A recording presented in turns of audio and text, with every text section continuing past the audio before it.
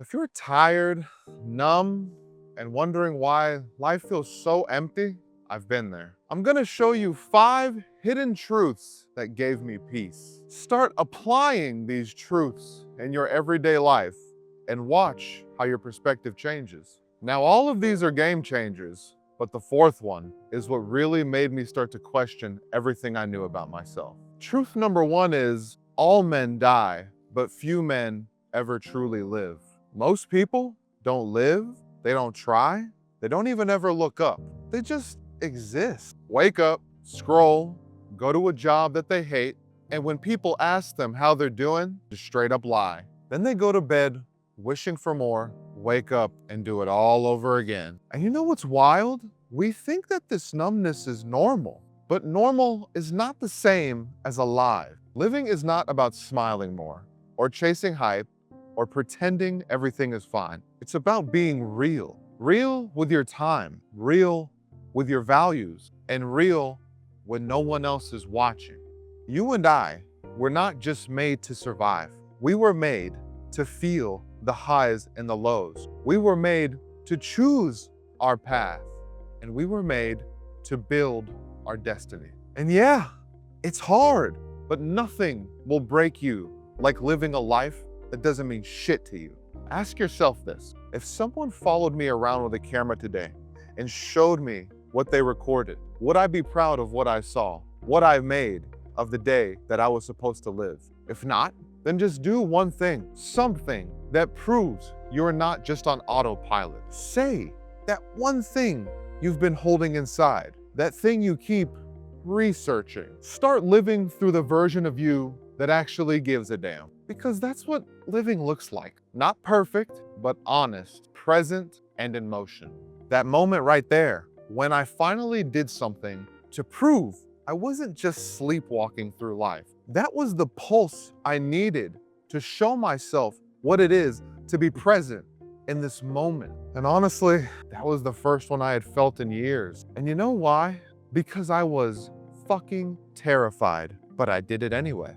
And once you feel it, even just for a second, I promise you, you'll start chasing something different. Truth 2, I never talk about politics or watch the news. Because the moment you start donating your peace to something outside of you, a political party, a policy, or even your screens, you've already lost. You gave away your power, and we become angry at things that we cannot control instead of focusing on the things we can control. Politics is literally designed to polarize you and take you out of the moment. But happiness happens in the present. These sources are designed to keep you stuck in tragic moments that happened in the past or impending, terrifying doom moments that are about to happen in the future, none of which we have any direct control over. So I cut it out. I haven't sat and watched the news or debated with anyone over any politics in over 7 years. Jesus Christ, does that feel liberating? So just unplug. Listen, I know some of you out there are gonna have a hard time with this. You live and die off what's happening out there. But just unplug long enough to be able to hear your own voice again. Start paying a little more attention to what's going on the inside instead of whatever the fuck's happening in Washington or wherever the news comes from. I don't even know, it's been that long. Peace doesn't come from winning debates or winning arguments. It comes from letting go of ones that don't matter and that are unimportant. That is when I stopped arguing and started feeling something a whole lot better than victory: clarity. By the way, I started one of those newsletter things. I thought it might be a good idea to be able to discuss topics maybe YouTube wouldn't be so happy about. So feel free to check it out in the description and click the link to subscribe. Hidden truth 3, responding with love. Simple fact of the matter is the way you respond to situations is who you are. Not who you pretend to be, not who you think you are, but the person that shows up the second you get triggered. The sooner we can realize this, the sooner we actually start to gain some power. Love is not weak, love is not passive. It's a choice we make to be intentional when our egos want to explode all over the place. It's the power to stop. Take in what has just happened. Think about how you'd normally respond and just do the exact opposite. I can guarantee you the exact opposite of what you're normally doing will be better more times than not. So literally do this. Next time you feel a little emotion tensing up, you're about to say something you're not thinking about, pause, take a deep breath. It's okay to pause in a conversation or an argument. Ask yourself, what would your God do if you have one? Not the soft version, the strong version, the one that chooses peace instead of becoming a doormat. That was the beginning of when I stopped reacting out of instinct and habit and started responding with purpose. This is it, folks. You ready? Number 4, God is not a name. Through my experience, I've come to learn that God is an English word that we use to describe him. It's actually just a job description. Listen, I'm not gonna get too deep into this shit, but too many people out there are arguing about stuff they haven't actually experienced. We worship ideas and not an actual connection. And in that process, we miss the whole point. God is not some old man in the sky with a giant white beard. God is the way that you live.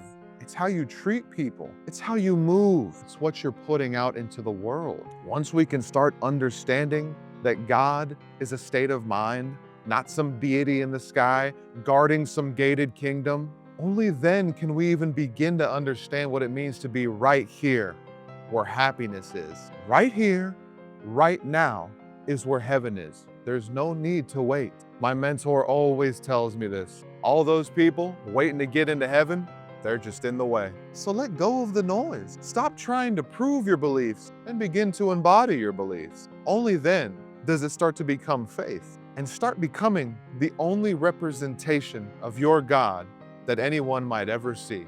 That is the moment when spirituality stopped being just a concept to me and started acting like more of a compass to show me what directions I should be taking. Directions towards happiness. And man, you guys are gonna love this one. Number 5, there's no such thing as happiness. I'm just playing. Happiness isn't something you feel all the time. It's not a goal. It's not a permanent mood either. And chasing it like it is a first-class ticket to being miserable all the fucking time. Think about it. I bet you there's so many times where we're so close to being happy. If only a few more things would line up, then we'd be happy. My friends, the sooner we can accept that there's no such thing as being happy, the sooner you will actually be happy.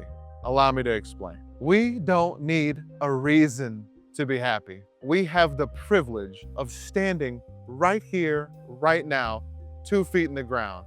You and I talking to each other. I got this phone, you got this phone. Holy shit, that is a miracle in itself.